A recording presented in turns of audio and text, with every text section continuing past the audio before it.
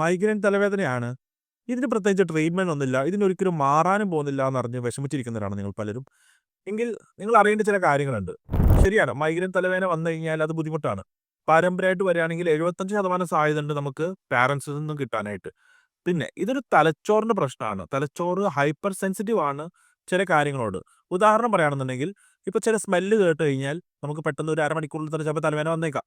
അല്ലാന്നുണ്ടെങ്കിൽ വെള്ളം കൂടി കമ്മിയാണെന്നുണ്ടെങ്കിൽ ഒരു ദിവസം 2 ലിറ്റർ വെള്ളം പോലും കുടിക്കാത്ത ആൾക്കാരാണെങ്കിൽ അവർക്ക് ഇടയ്ക്കിടയ്ക്ക് തലവേദന വരാം.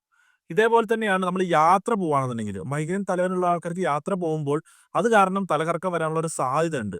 പിന്നെ കഫീൻ കുടിക്കുന്ന ആൾക്കാർ, അതായത് ഡെയിലി കോഫി കുടിക്കുകയാണെന്നുണ്ടെങ്കിൽ തലവേദന ഉണ്ടാവില്ല. പക്ഷെ നമ്മൾ പെട്ടെന്ന് ഒരു ദിവസം കോഫി കുടിക്കാതെ ഇരുന്ന് കഴിഞ്ഞാൽ തലവേദന എടുക്കുന്നത് തോന്നും. അത് കഫീൻ്റെ എഫക്റ്റ് ആണത്.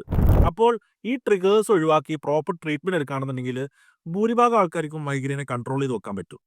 ഇനി നിങ്ങൾക്കുള്ള ചോദ്യമാണ്, ജലദോഷവും മൂക്കടപ്പും വന്നിട്ടുള്ള ഒരാൾക്ക് രാവിലെ എഴുന്നേൽക്കുമ്പോൾ വരുന്ന തലവേദന സൈനസൈറ്റിസ് കാരണമാണോ അതോ മൈഗ്രെയിൻ കാരണമാണോ? താഴെ കമന്റ് ചെയ്യൂ.